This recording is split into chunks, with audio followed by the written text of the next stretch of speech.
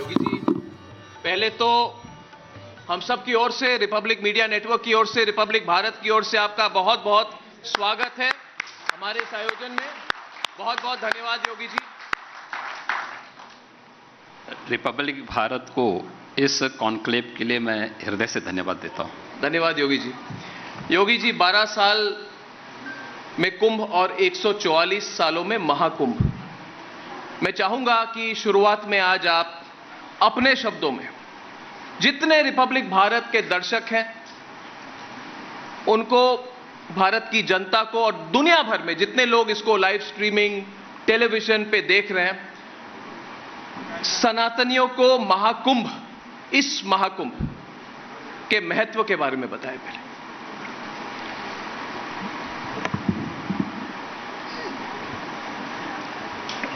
देखिए, भारत की सनातन धर्म की जो हमारी परंपरा है, यह दुनिया की सबसे प्राचीन संस्कृति है। इसकी तुलना किसी मत, मजहब या संप्रदाय से नहीं हो सकती और जितनी प्राचीन होगी, स्वाभाविक रूप से उसके आध्यात्मिक और सांस्कृतिक आयोजन भी उतने ही प्राचीन होंगे। हजारों वर्षों की एक विरासत हमारे पास है, जिन्हें हम अपने पर्व और त्योहारों के माध्यम से पूरे देश के अंदर अलग अलग अवसरों पर पूरा देश जिनके माध्यम से जुड़ता है, उनमें सहभागी बनता है। कुंभ और महाकुंभ के आयोजन भी भारत की इसी आध्यात्मिक और सांस्कृतिक समागम का एक महा समागम भी है और महापर्व भी है। यह न केवल भारत के अंदर आध्यात्मिक जो विरासत है, वह केवल एक उपासना विधि तक उसको सीमित नहीं रखती है। हमने उपासना विधि को ज्ञान की धारा के साथ जोड़ा है। ज्ञान की वह धारा जिसके बारे में हमारा प्राचीन ऋषि सदैव एक बात की प्रेरणा देता रहा है, खानो भद्रा कर्तो यंतु विश्वत। यानी ज्ञान जहां कहीं से भी आए, उसके लिए अपने द्वार खुले रखो जी। और खुले रखो का मतलब हमारे ऋषि मुनियों की जो परंपराएं थी, उन्होंने उसे इन आयोजनों के साथ हजारों वर्ष जोड़ा। उसके पीछे आध्यात्मिक और धार्मिक कारण भी जुड़ा कि देवासुर संग्राम के बाद अमृत की बूंदें जिन जिन 4 पवित्र स्थलों पर गिरी, वे महाकुंभ के आयोजन हुए। लेकिन हमारी ऋषि परंपरा के लिए ये सब भारत की ज्ञान की इस समृद्ध परंपरा में चिंतन मनन के भी एक अवसर थे। प्रयागराज, हरिद्वार, उज्जैन और नासिक त्र्यंबकेश्वर, ये 4 महत्वपूर्ण स्थल देश के अंदर 4 अलग अलग स्थानों पर, 2 उत्तर भारत में, 1 मध्य भारत में, 1 दक्षिण भारत में, ये भारत को उन स्थलों पर पूरे भारत के ऋषि मुनि एकत्र होकर के भारत की एक उस समय की परिस्थितियों पर चिंतन करके फिर एक नई दिशा देने का कार्य उसके माध्यम से करते थे। और इस प्रकार के अनेक उदाहरण भारत की परंपरा में देखने को मिलते हैं। अगर आप देखेंगे कि महाभारत के पहले 5500 वर्ष पहले भी एक इसी प्रकार के भारी समागम का उल्लेख हमें देखने को मिलता है। जो उस समय की आध्यात्मिक विरासत को, भारत की विरासत को, जो आज वैदिक ज्ञान की परंपरा के रूप में हमें देखने को मिलता है, उसके बारे में चिंतन के लिए बैठा।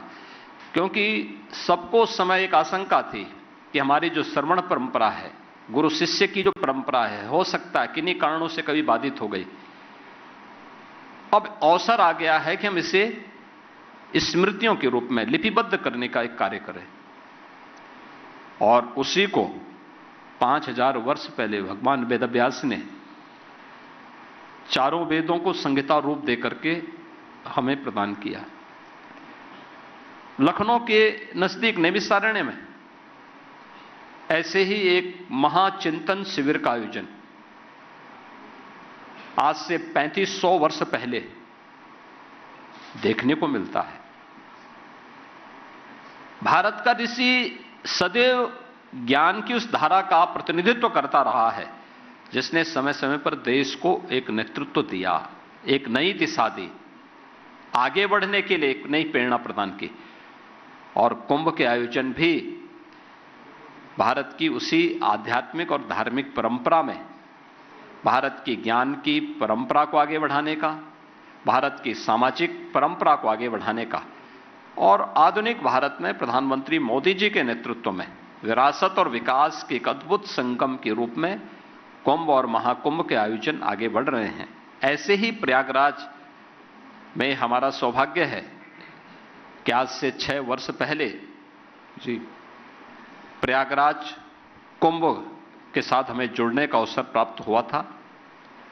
और इस वर्ष महाकुंभ का आयोजन जो 12 वर्ष में आता है, लेकिन इस बार 144 वर्ष के बाद इस प्रकार के मुहूर्त बन रहे हैं जी, जो इस महाकुंभ के साथ पूरे देश को और दुनिया को अपनी ओर आकर्षित करने के लिए लालायित दिखाई दे रहा है। और उस पूरे आयोजन के लिए केंद्र और राज्य की सरकार ने मिलकर के अनेक प्रबंध किए हैं और उसको हम आगे बढ़ाने का काम कर रहे हैं। योगी जी, मेरा अगला सवाल है राष्ट्रीय एकता और हिंदू एकता को लेकर। और योगी जी, ये संयोग की बात है कि आप मुख्यमंत्री भी हैं और आप महंत भी हैं, और ऐसा कार्यक्रम आपके समय में हो रहा है, और आपके जैसे भगवा धारण किए करोड़ों साधु संत प्रयागराज में मौजूद होंगे। तो मेरा सवाल यह है योगी जी, सीधा सवाल है कि क्या महाकुंभ, इस बार का महाकुंभ राष्ट्रवाद के साथ हिंदू एकता और सनातन को शिखर पे ले जाने का एक बहुत बड़ा अवसर है? देखिए, सनातन तो हमेशा शिखर पर ही रहा है, इसलिए सनातन है।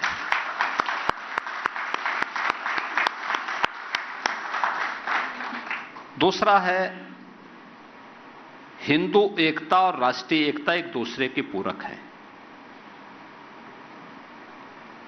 याद रखना, मैंने एक बार कहा था कि बटेंगे तो कटेंगे जी, ऐसे ही नहीं कहा था।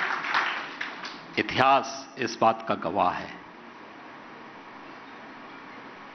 एक हैं तो सेफ हैं। प्रधानमंत्री जी ने भी बार बार इस बारे में कहा, अगर एक हैं तो सेफ है। और याद करिए, इतिहास इस बात की गवाही दे रहा है, प्रमाण प्रस्तुत कर रहा है। और 2017 के पहले यही उत्तर प्रदेश था जहां पे प्लान होता था, कैराना से, कांधला से, संभल से, और आज फिर से प्लान अब अपराधी और माफिया कर रहे हैं, वे देशद्रोही तत्व कर रहे हैं।